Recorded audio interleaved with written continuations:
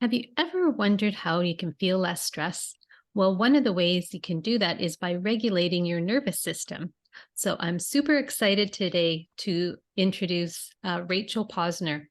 We're going to be chatting with her. She's a yoga therapist and mindfulness coach, helping people reduce stress, build resilience, and thrive. And she offers mindfulness courses, yoga memberships, as well as individual yoga therapy sessions and retreats. Her work is informed by the intersection of mindfulness, neuroscience, and psychology, and her teachings integrate best practices for the mind, body, and brain. So I'm super excited to have you here today, Rachel. Thanks for having me. I'm excited to be here. Yeah, this is something I haven't really talked to anyone about before. And, how we can use our brain to regulate what's going on. I know with my work with emotions, all of it, it's in there. Everything is in our body. So I'm excited to learn more about what you do and how we can help our listeners relieve our stress, because I know everybody can always have help with that. Mm-hmm. Great. I'm excited to get started. Yeah. So maybe you can just give us a little bit of a background on how you got into this type of work. It's always a funny question because I don't remember ever not really being in this type of work. Um, I think naturally I've always been interested in the mind-body connection. And I would say over the last 10 years or so, I've added the brain to the picture because now we just have a lot more science around how those three parts integrate, how they work together. So I guess you could say officially I got into this work about 20 years ago when I trained to be a yoga teacher and got a master's in counseling and then did a training to be a yoga therapist. And so it's been kind of 20 years of meandering into different sort of aspects of the work that has brought me to this place. Oh, that's so cool. And yoga therapy, what's the difference between yoga and, yoga therapy? Because there's so many different kinds of yoga. And there's almost as many kinds of yoga therapy. Mm. So yoga therapy is more focused on the individual. So instead of thinking about it as a yoga class, it's meeting the needs of an individual human with lots of different tools. And each yoga therapy school is a little different. The one that I trained in was more focused on the psycho-emotional spiritual realm than on the physical realm. So I have a background in yoga, and that gives me kind of a physical understanding of the body. But what I do more these days is the yoga therapy aspect, which is looking at how is the mind, the body, and the brain intersecting. And so I teach that in looking, especially in my one-on-one classes, what are you specifically needing? Because there is no one size fits all to anything really, but certainly to stress reduction, because we're all stressed for different reasons. So I use basically a huge toolbox to help people figure out what the underlying causes of their stresses. And oftentimes it's just a dysregulated nervous system. Oh, so how do you determine that if it's dysregulated? Those days when you are late for work and then one last thing happens and you feel like you're going to lose your mind. And then there are other days when you're late for work and one last thing happens and you go, it's all right. They'll understand if I'm 5 minutes late. That's an indication. First scenario, your nervous system is dysregulated. So if you can just kind of settle in and feel into, do I feel like I'm coming out of my skin? Do I feel more reactive than normal? Do I feel super checked out? Like I just kind of feel stuck and like I can't do the things that are on my plate today. Those are indications that we have a dysregulated nervous system. And so a big difference is all day long we have stressors. And some days those stressors feel like challenges and we feel like rock stars because we just keep checking those stressors off and we deal with them well and we feel confident and competent. And then there are some days where those exact same stressors make us spin on not being enough of something or other, make us feel angry with the people around us, make us feel self-pity and all kinds of things, right? So the difference is sometimes stressors build resilience and sometimes they pull us into the stress response, which is a physiological experience when our heart rate starts to increase, when we have adrenaline and cortisol in our system, when we, in other words, we're dysregulated. Yeah. And it's interesting how that can just happen so quickly too. 1 minute you're okay, and the next minute it's like snap, and you're just in another place. So, Yeah. is there some things that we can do to kind of, calm ourselves down in that instance?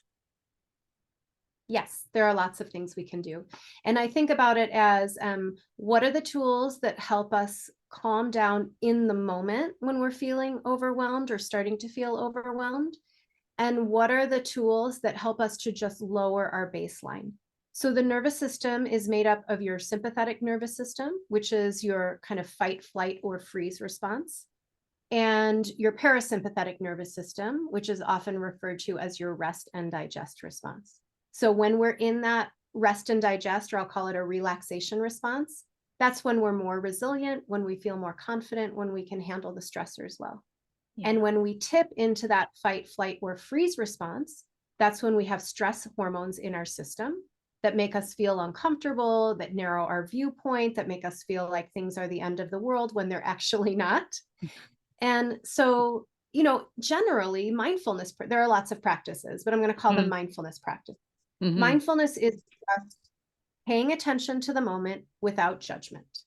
Practices that bring you into the present. So when we're in that fight, flight response, we're looking for threats. The perception is that we're in danger.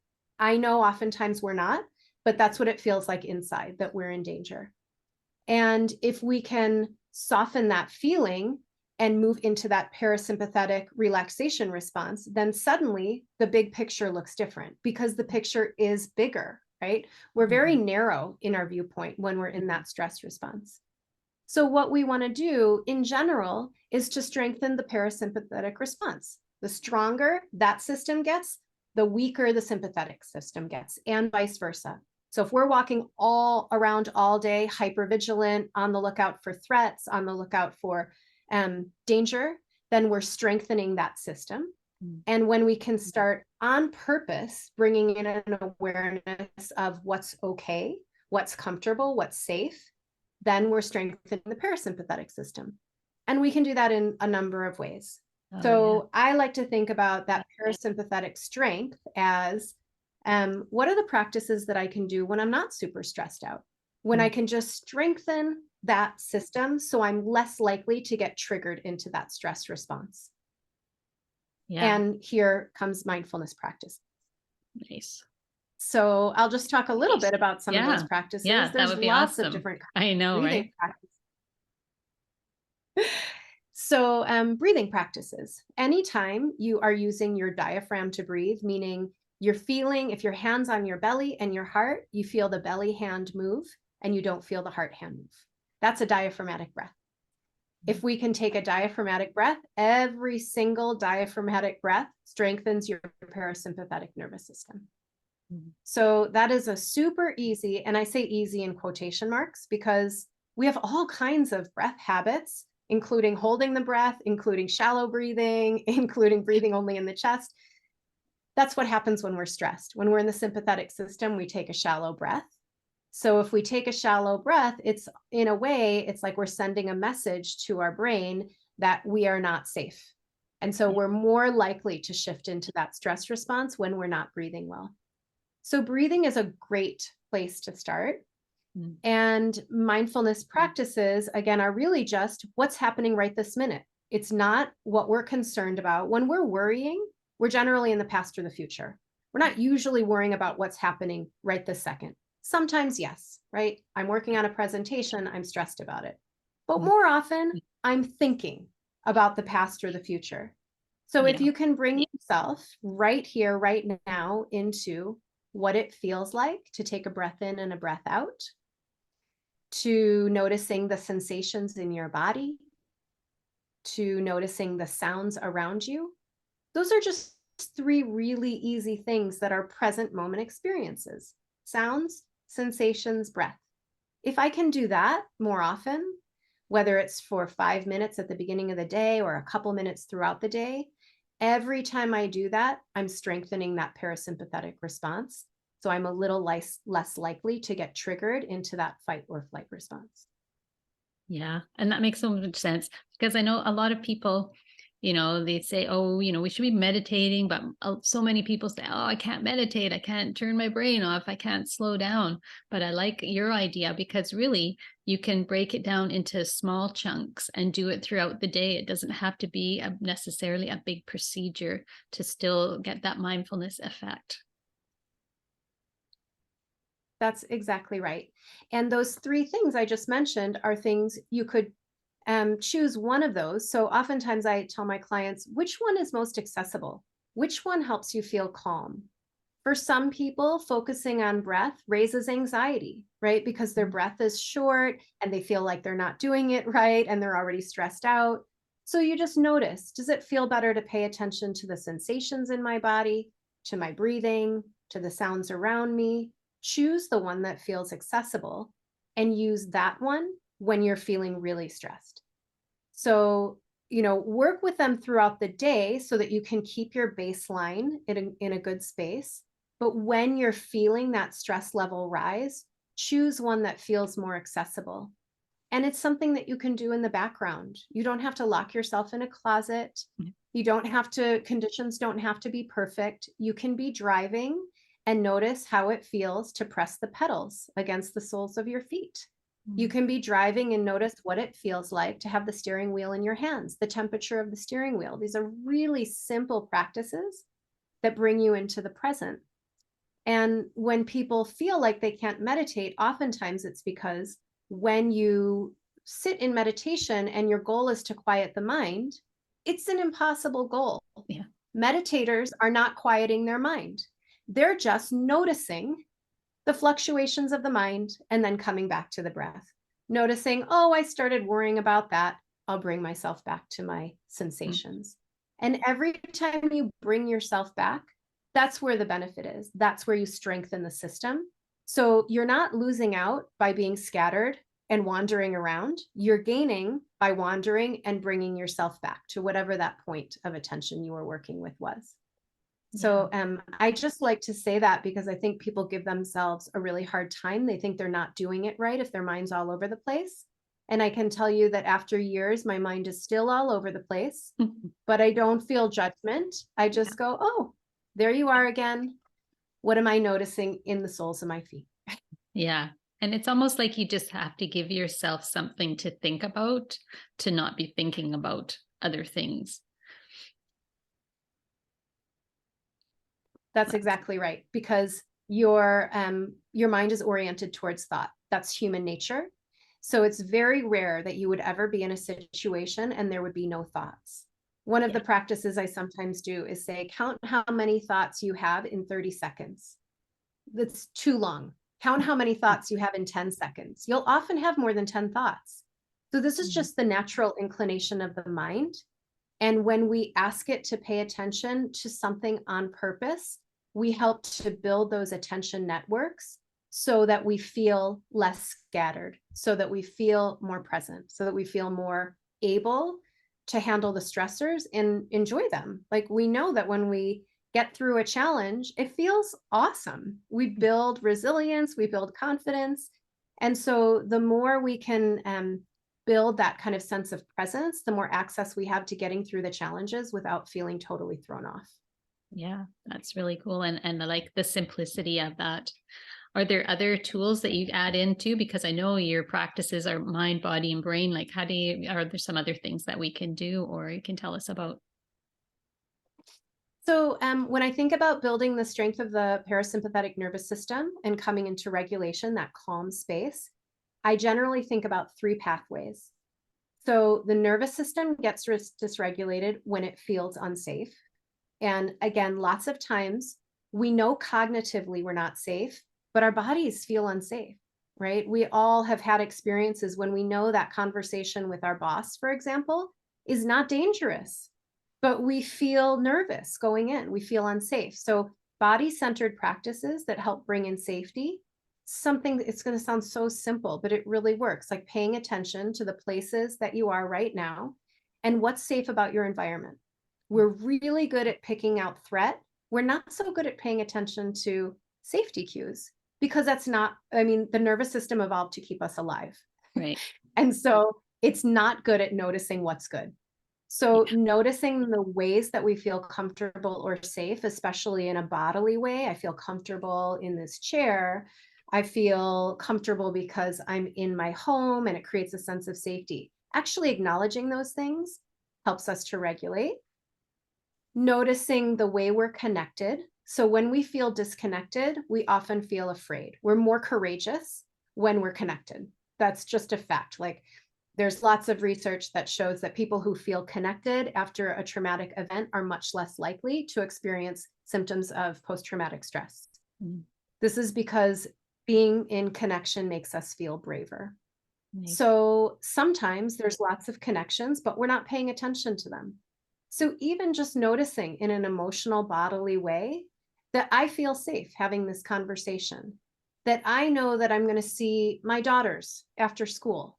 Like, I can even bring these things into my imagination and just, again, in a bodily way. It's not like I'm making a list of people I'm connected to. I'm feeling what it feels like in my tummy when I think about my children. Mm. Right? So bringing in, that's why I sometimes call myself an embodiment coach, because the body is the fast track. I can think these things, but if I can experience them in my body, it's way more effective. Right. So we have safety, we have noticing connection, and self-compassion is the other really big one. So, so much of the stress we feel has to do with the tone that we're using in our minds. I'm having this conversation with you. Is my background tone, hey, you're doing great, keep going? Or is my background tone, you stink, you're not articulate, and you're not explaining this well? Mhm.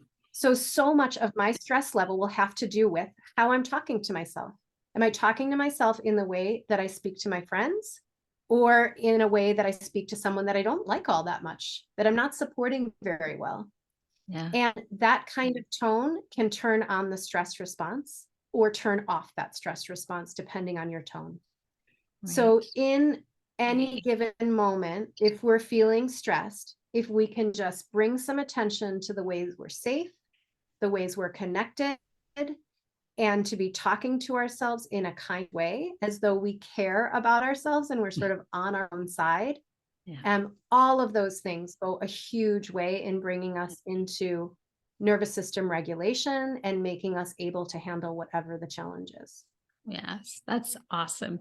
Those so many amazing things to know, and the tips that you've given us that were so practical. I love it. I'm so glad we had you on the show today. So, if any of the listeners want to get in touch or learn more about you, have you got anything special to offer them, or what's the best way to get in touch with you? So in the show notes, I'll offer them a free practice, and that practice is all about calming the nervous system by relaxing the muscles in the face. So when the muscles in the face are tense, the jaw, the cheeks, the furrowed brow, that sends a message to the brain that you are not okay, even, again, though you're fine. And we have a tendency to hold a lot of tension in the jaw and the cheeks. Like right now, if you give yourself a little massage through your cheeks, there might be a lot of sensation there because Mhm. we tend to clench. So the free practice I'm going to offer is all about relaxing those muscles so that you can come into nervous system regulation, because so often we think we have to talk ourselves in to feeling safe and okay. But if we can do it through the body, it can be a lot more effective. So Mm. that's one way you can sort of start with a practice and get to know a little bit about what I do. And that will send you to give you information about my website, which shows all the ways that I work with people. In general, I offer online courses. I have a yoga and meditation membership, and I offer international retreats. That's So awesome. you can find out all about that That's in the show notes. great. Yeah, rachelposner.com. That's awesome. Thank you so much for sharing that. And that's a really interesting procedure to go through, because I know I do that myself sometimes. I can really feel it, like my jaw clenching or in certain times. And it's not an area that many people look at for relaxing. It's everything else except your face. Yeah, you just really don't think about it. because we get so used to the set of the jaw that it just feels normal, and we don't realize that there's another possibility there. Right. And just to add to that, if you have even just the slightest of smiles, slightly upturned on a slight upturn of the lips can help to relax the muscles in the cheek and the jaw. So just Hmm. little ways that you can get a little bit more calm in just simple ways that you can think about. Good. And good to know. Make everybody else a little bit happier too. If you, all you have to do is have a little bit of a smile. That's a good thing to have. Okay, I thank yeah, Exactly. thank you so much for joining us today, Rachel, and your amazing tips that you've shared with everybody. And for your listeners out there, if you have not gotten into some kind of a mindfulness practice, it's not too late and it doesn't have to be a big deal. So just remember, it's never too late.